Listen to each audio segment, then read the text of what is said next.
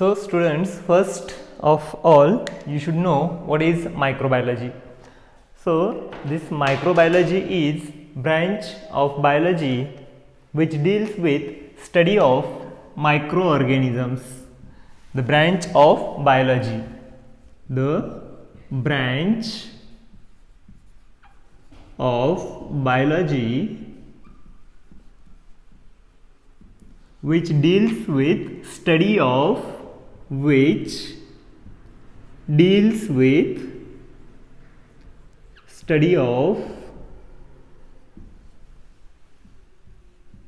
microorganisms.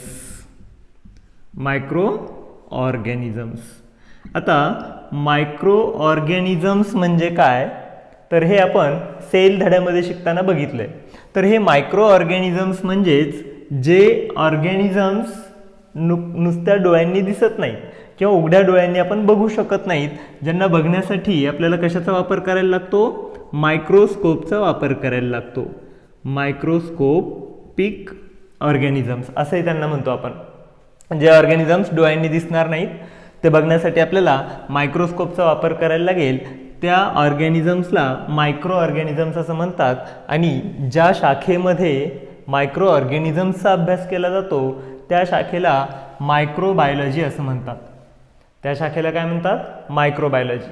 This microbiology is a branch of biology which deals with study of microorganisms is known as microbiology. Now we have to see which microorganisms are studied in microbiology. In this microbiology we can study all type of bacteria.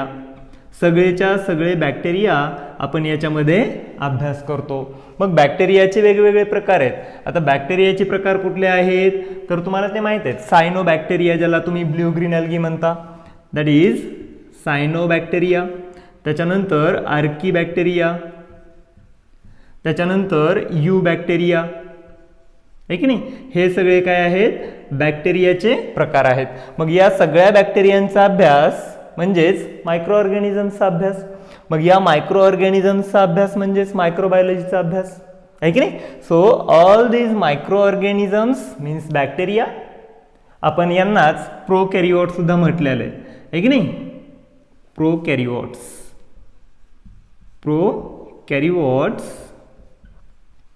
हे कशामध्ये study केले जातात, या branch of biology मायक्रोबायोलॉजीमध्ये study केले जातात.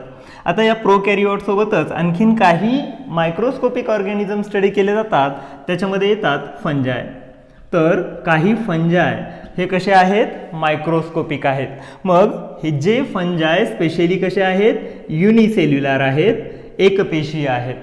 All unicellular fungi are studied under microbiology. किंवा मग यातच काही व्हायरसेसचा समावेश होतो. सो ऑल व्हायरसेस, सगळे व्हायरस कशामध्ये, या मायक्रोबायोलॉजीमध्ये येतात. किंवा काही प्रोटोझोअन्स हे सुद्धा या मायक्रोबायोलॉजीमध्ये स्टडी केले जातात. म्हणजे हे मायक्रो ऑर्गॅनिझम्स आणि यांचा अभ्यास करणाऱ्या शाखेला मायक्रोबायोलॉजी म्हणायचं. लक्षात येते ना. It's very simple definition. So the branch of biology which deals with study of micro organisms, है ना, is known as microbiology. The micro organisms means microscopic organisms. ज्या ऑर्गॅनिझम्सला आपण उघड्या डोळ्यांनी बघू शकत नाहीत, साईज खूप छोटी असते. And hence they are called microscopic organisms, कारण त्यांना बघायला मायक्रोस्कोपची गरज लागते. तर हे मायक्रोस्कोपिक ऑर्गॅनिझम्स कुठले, तर हे आहेत bacteria, all type of bacteria, fungi, some fungi, then all viruses and some protozoans. These are the organisms studied under the branch of biology nomenclatured as microbiology. So this is microbiology. आता याच मायक्रोबायोलॉजीमध्ये नेमका कुठला अभ्यास केला जातो, तर या बॅक्टेरियाचा केला जातो. It's okay. पण या बॅक्टेरियाबद्दलचाच अभ्यास म्हणजे त्या बॅक्टेरियांचं आयडेंटिफिकेशन म्हणजे काय, तर बॅक्टेरिया ओळखायचे. कसे ओळखायचे, ते कोणत्या कुळातले आहेत ते ओळखायचे, आहे की नाही. म्हणजे आपण बघितलं फ्लॅजेल्लावरनं त्याचं क्लासिफिकेशन केलेलं आहे, आपण सेल वॉलवरनं केलेले, हे वेगवेगळ्या पद्धतीनं क्लासिफाय केलेत. मग नेमके ते बॅक्टेरिया कुठल्या ग्रुपमध्ये बसतात, कुठल्या गटामध्ये त्यांना बसवता येईल, आहे की नाही. मग त्यांना म्हणायचं त्यांचं identification, either they are gram positive और ग्राम निगेटिव्ह, आहे की नाही. मग त्याचं आयडेंटिफिकेशन करणं, त्याच्याही अगोदर त्याचं आयसोलेशन करणं. आता या सगळ्या मी मायक्रोबायोलॉजी रिलेटेड टर्मिनॉलॉजी तुम्हाला सांगतोय. आयसोलेशन,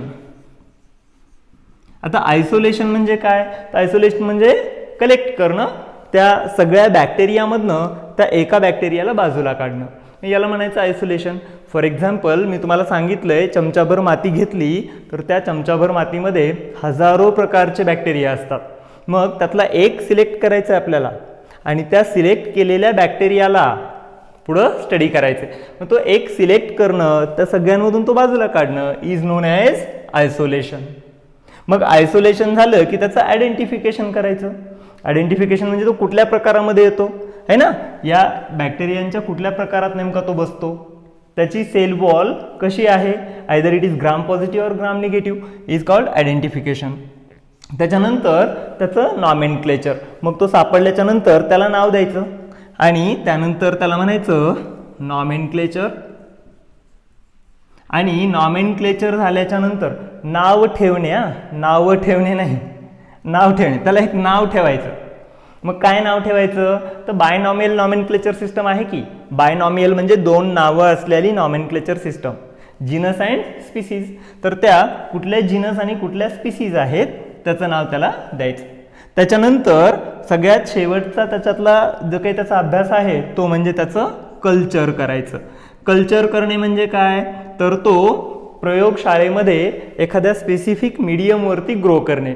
मग तो मीडियम ऑप्टिमाइज करायचा, त्याला टेम्परेचर किती लागतं ग्रो व्हायला, तो कुठल्या pHला ग्रो होतो, या सगळ्या गोष्टी ऑप्टिमाइज करून ठेवायच्या. आणि अशा पद्धतीनं हा सगळा अभ्यास या मायक्रोबायोलॉजी नावाच्या ब्रँचमध्ये आपण काय करतो, कंप्लीट करतो. आता ही झाली ब्रँच मायक्रोबायोलॉजी. कोणाची ब्रँच आहे ही, बायोलॉजीची. मग या सगळ्या गोष्टींचा अभ्यास आपण या ब्रँचमध्ये करतो. So this is the branch of biology which deals with study of micro organisms.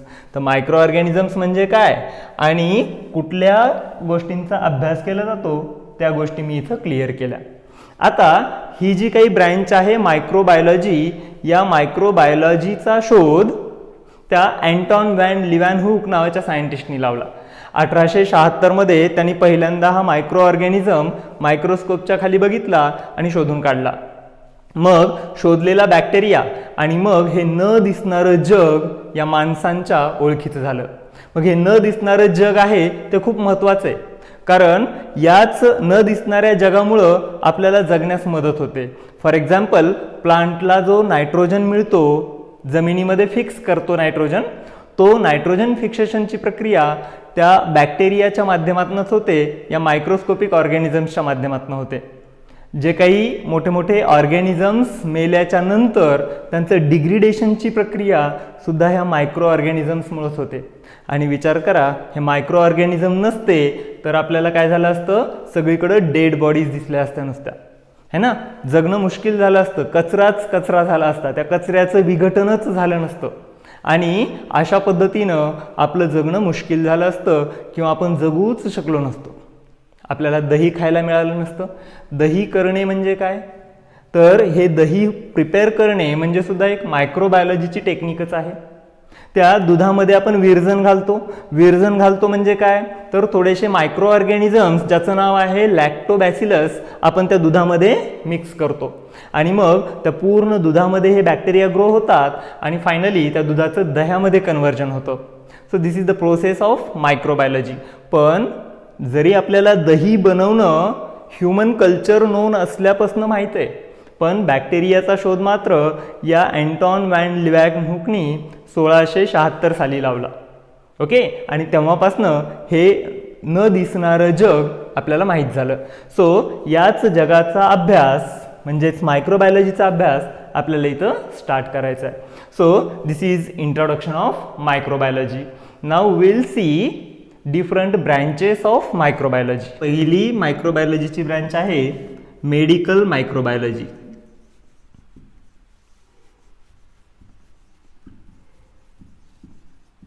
बघा,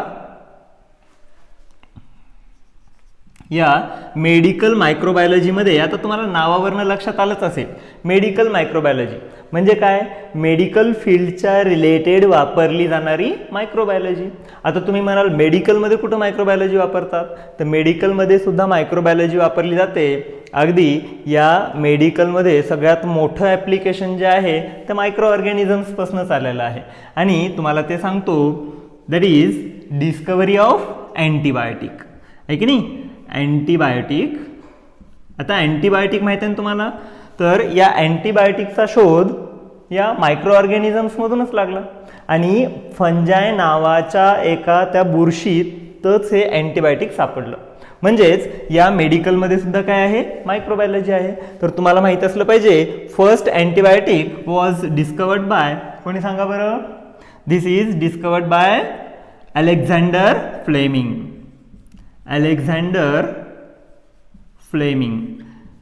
अलेक्झांडर फ्लेमिंग नावाच्या सायंटिस्टनी हे पहिलं अँटीबायोटिक शोधून काढलं. आणि हे पहिलं अँटीबायोटिक शोधून काढलं त्या फंगसचं नाव होतं पेनिसिलियम नोटॅटम. तर या पेनिसिलियम नोटॅटम मधनं पहिलं अँटीबायोटिक शोधून काढलं आणि ते अँटीबायोटिक हा मायक्रो ऑर्गॅनिझम्सचाच काय होता, एक कंपोनंट होता, सेकंडरी मेटाबोलाइट होता. मग एवढी मोठी डिस्कवरी, आतापर्यंतच्या या मेडिकलच्या हिस्ट्रीमधली सगळ्यात मोठी डिस्कवरी कुठली असेल तर ती अँटीबायोटिकची आहे. आणि ही अँटीबायोटिक सुद्धा या मायक्रो ऑर्गॅनिझम्समधूनच आयसोलेट केलं जातं. म्हणजेच तुम्हाला मायक्रोबायोलॉजी किंवा मायक्रो ऑर्गॅनिझम्सचं महत्त्व इथं लक्षात आलं असेल. सो दिस अँटीबायोटिक्स, आता एक पेनिसिलिन नावाचं अँटीबायोटिक याच्यातनं शोधलं, पण त्याच्यानंतर खूप सारे प्रकारचे अँटीबायोटिक्स या बॅक्टेरिया किंवा फंजायपासून आयसोलेट केले. म्हणजेच मायक्रो ऑर्गॅनिझम्सचा या मेडिकलमध्ये खूप मोठा असा रोल आहे. सो याचीच एक पॅरलल ब्रँच आहे, तिला आपण म्हणतो क्लिनिकल मायक्रोबायोलॉजी. Clinical microbiology. आता या क्लिनिकल मायक्रोबायोलॉजीमध्ये बघा, क्लिनिकल मायक्रोबायोलॉजी हे सुद्धा एक मेडिकल रिलेटेडच टर्म आहे. तर क्लिनिकल मायक्रोबायोलॉजीमध्ये तुम्हाला बॅक्टेरियामुळे होणारे इन्फेक्शन्स, म्हणजे बॅक्टेरियामुळे जे वेगवेगळे डिसीजेस होतात की नाही, त्या मायक्रोबायोलॉजी किंवा त्या ऑर्गॅनिझम्सचा अभ्यास या क्लिनिकल मायक्रोबायोलॉजीमध्ये केला जातो. फॉर एक्झाम्पल, टायफॉइड झालाय की नाही हे टेस्ट करण्यासाठी आपण काय करतो, त्या पॅथॉलॉजीमध्ये जाऊन टेस्टिंग करतो, आहे की नाही, ब्लड टेस्ट करतो. मग त्या ब्लडमध्ये जर सॅल्मोनेला टायफी नावाचा बॅक्टेरिया आढळला तर आपल्याला काय आहे, टायफॉइड पॉझिटिव्ह आहे. म्हणजेच त्या सॅल्मोनेला टायफी आहे की नाही प्रेझेंट, ते कुठं, या क्लिनिकल मायक्रोबायोलॉजी. किंवा त्या सॅल्मोनेला टायफीचे कॅरेक्टरिस्टिक्स काय आहेत, तो ग्राम पॉझिटिव्ह आहे का ग्राम निगेटिव्ह आहे, कोणतं अँटीबायोटिक त्याच्यावरती वर्क करतं, या सगळ्या गोष्टींचा अभ्यास आपण कुठं करतो, क्लिनिकल मायक्रोबायोलॉजी किंवा पॅथॉलॉजीमध्ये याचा महत्त्वाचा रोल आपण बघतोय. सो अशा पद्धतीनं याच मायक्रोबायोलॉजीची महत्त्वाची ब्रँच आहे मेडिकल मायक्रोबायोलॉजी. तर ही गोष्ट तुमच्या लक्षात राहिली पाहिजे. आता दुसरी ब्रँच बघूयात आपण मायक्रोबायोलॉजीची, तिचं नाव आहे इंडस्ट्रियल मायक्रोबायोलॉजी. Industrial microbiology. बघा, नावामध्येच सगळं काही येतं, इंडस्ट्रियल. आता इंडस्ट्री काय असतात रे, इंडस्ट्री या लार्ज स्केल प्रोडक्शनसाठी असतात नाही का. मग या इंडस्ट्रीमध्ये आपण मोठ्या प्रमाणावरती प्रोडक्ट तयार करतो आणि मग या मोठ्या प्रमाणावरती प्रोडक्ट तयार करण्याच्या कारखान्याला, आहे की नाही, त्यातही या मायक्रो ऑर्गॅनिझम्सचा अभ्यास करून, मायक्रो ऑर्गॅनिझम्सचा यूज करून खूप सारे प्रोडक्ट बनवले जातात मोठ्या प्रमाणावरती. त्याला म्हणायचं industrial microbiology. Production of products on large scale or commercial purpose by using microorganisms is known as industrial microbiology. For example, preparation of cheese. आता चीज माहिती आहे ना तुम्हाला, लार्ज स्केल वरती चीज प्रिपेअर करायचं is an application of industrial microbiology. Large scale वरती wine preparation करायचं. आता वाईन माहिती असेल तुम्हाला, आहे की नाही. तर हे सोमरस ज्याला मराठीतनं म्हणतात, लार्ज स्केलवरती प्रोडक्शन केलं की त्याला म्हणायचं इंडस्ट्रीयल मायक्रोबायोलॉजी. आता तुम्हाला माहीत असलं पाहिजे की वाईन प्रिपरेशनमध्ये सॅक्रोमायसी सेरेवेसी नावाची एक फंगसची स्पीसीज वापरली जाते. त्या प्रोसेसला फर्मंटेशन म्हणतात. आणि मग त्या फर्मंटेशन नावाच्या प्रक्रियेतनं ही वाईन तयार होते आणि या लार्ज स्केल वाईन प्रिपरेशनला इंडस्ट्रीयल मायक्रोबायोलॉजी असं म्हटलं जातं. So this is application of microbes in the preparation of food products on a large scale is known as industrial microbiology. आता याच्यामध्ये दुसरे प्रोडक्ट मी तुम्हाला सांगतो. It include yoghurt preparation, yoghurt production, किंवा मग butter production, butter milk production, curd preparation किंवा ghee preparation. हे सगळे जे एक्झाम्पल आहेत हे कशाचे आहेत? इंडस्ट्रीयल मायक्रोबायोलॉजीचे आहेत. मग या सगळ्या मोठ्या लार्ज स्केलवरती प्रोडक्शन केलं जातं या प्रोडक्टचं, या ब्रँचला म्हणायचं इंडस्ट्रीयल मायक्रोबायोलॉजी. आणि या प्रत्येक प्रोडक्टमध्ये मायक्रो ऑर्गॅनिझम्सचा वापर करून त्याचं प्रोडक्शन केलं जातं. So this branch of biology in which large scale production of takes place by using microbes is known as industrial microbiology. आता अशीच आणखीन एक मायक्रोबायोलॉजी आहे जिचं नाव आहे ॲग्रिकल्चर मायक्रोबायोलॉजी. Agriculture microbiology. बघा आता या ॲग्रिकल्चर मायक्रोबायोलॉजीमध्ये या ॲग्रिकल्चर, आता बघा शेती ब्रँचमध्ये किंवा शेती खात्यामध्ये ज्या मायक्रो ऑर्गॅनिझम्सचा अभ्यास केला जातो त्याला म्हणायचं ॲग्रिकल्चर मायक्रोबायोलॉजी. आता तुम्ही म्हणाल शेतीमध्ये कुठं मायक्रो ऑर्गॅनिझम वापरतात? तर शेतीमध्ये खूप मोठ्या प्रमाणावरती मायक्रो ऑर्गॅनिझम्सचा वापर होतो. For example nitrogen fixing micro organisms आहे की नाही, नायट्रोजन फिक्सिंग बॅक्टेरिया हे शेतीमध्येच तर वापरतात. जर हवेतला नायट्रोजन त्या बॅक्टेरियांनी फिक्स केला तर तो प्लांटला मिळणार आहे आणि मग आपले प्लांट ग्रो होणार आहे. म्हणजेच शेतीमध्ये या मायक्रोबायोलॉजीचा वापर खूप मोठा आहे. आपण शेती जेव्हा पेरली जाते त्या बियांना सुद्धा हे नायट्रोजन फिक्सिंग बॅक्टेरिया काय करतो, वरून अप्लाय करतो, चोळतो. कारण जमिनीमध्ये जेव्हा बी पडेल तेव्हा ते बॅक्टेरिया नायट्रोजन फिक्स करतील आणि ते प्लांट जोमाने वाढेल. म्हणजेच इथं सुद्धा आपल्याला या मायक्रोबायोलॉजीचा वापर होतो. किंवा दुसरे एक्झाम्पल, ज्यावेळी आपण त्या एखाद्या शेतीमध्ये निघलेले कचरा डिकम्पोस्ट करायचा असतो तर त्या कचरा कुजवण्यासाठी सुद्धा हे बॅक्टेरियाच कारणीभूत असतात. आणि मग हा कुजलेला कचरा किंवा तयार झालेलं जे काही कॉम्पोनंट आहे जे कचऱ्यापासून तयार होतं त्याला आपण फर्टिलायझर म्हणून यूज करतो, आहे की नाही, मॅन्युअर म्हणून यूज करतो. आणि हे आपल्या शेतीची काय करतात, पोत सुधारून देतात, शेतीची प्रत चांगली करून देतात. तर मग हा सुद्धा एक मायक्रोबायोलॉजीचा प्रकार आहे जो ॲग्रिकल्चरमध्ये वापरला जातो, शेती संबंधी कामामध्ये वापरला जातो. त्याचसोबत तुम्हाला गोबर गॅस माहीत असेल तर त्या गोबर गॅसमध्ये सुद्धा या मायक्रो ऑर्गॅनिझमचाच अभ्यास होतो किंवा मायक्रो ऑर्गॅनिझमचाच यूज केला जातो आणि गोबर गॅस प्रोड्यूस केला जातो. So this is the uses of microbes in agriculture, in field of agriculture. आता सगळ्यात महत्त्वाचा यूज सांगतो ॲग्रिकल्चरमधला बॅक्टेरियांचा. जर तुम्हाला बीटी कॉटन माहीत असेल, बॅसिलस थुरेंजेनेसिस बीटी मीन्स, तर हा बीटी कापूस हा सुद्धा एका बॅक्टेरियाचा वापर करूनच बनवला आहे. तर काही दिवसांपूर्वी म्हणजेच काही वर्षांपूर्वी बोंड अळी ही कापसाला लागायची आणि कापसाचं उत्पन्न खूप कमी व्हायचं. मग काही शास्त्रज्ञांनी एक बॅक्टेरिया शोधून काढला आणि त्या बॅक्टेरियामध्ये एक DNA आहे जो DNA काढून कापसाच्या प्लांटमध्ये ट्रान्सफर केला.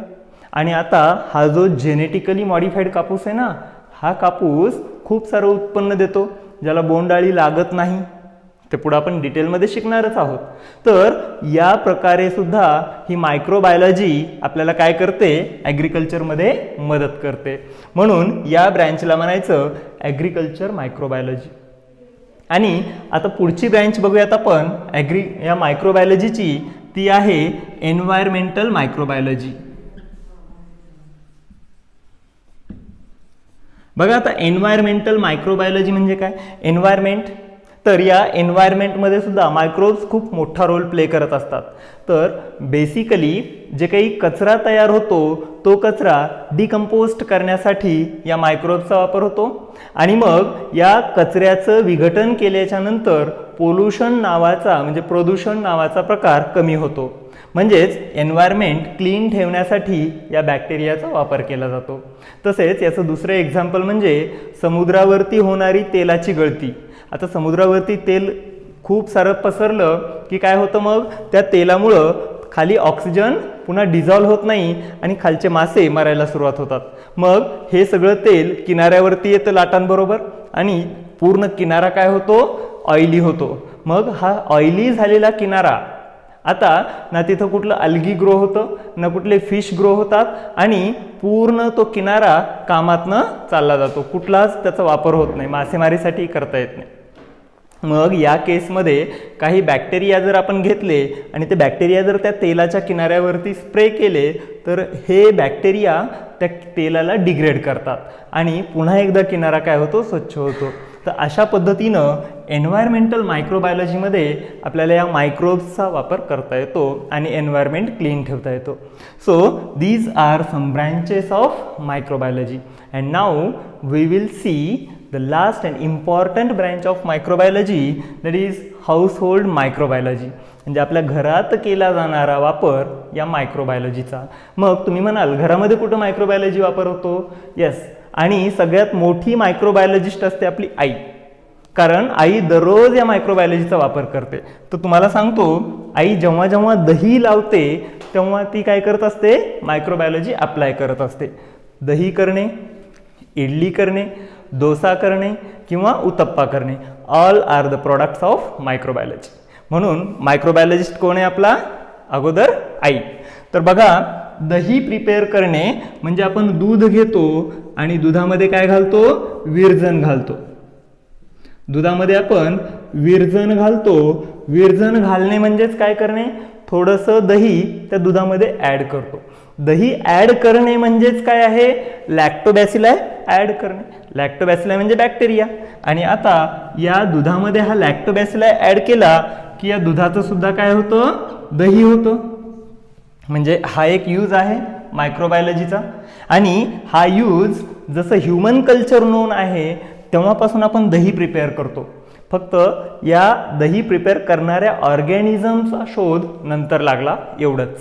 राईट. सो दुधापासून दही बनवणे किंवा त्या तांदळाच्या पिठापासून इडलीचं पीठ तयार करणे, हे सगळे प्रोसेस, किंवा त्या जिलेबीचं पीठ प्रिपेअर करणे, ढोकळ्याचं पीठ फुगणे, ह्या सगळ्या प्रोसिजर्स कुठे येतात, मायक्रोबायोलॉजीमध्ये येतात. म्हणून this is household microbiology. Right. These are the processes और ब्रांचेस ऑफ मायक्रोबायोलॉजी.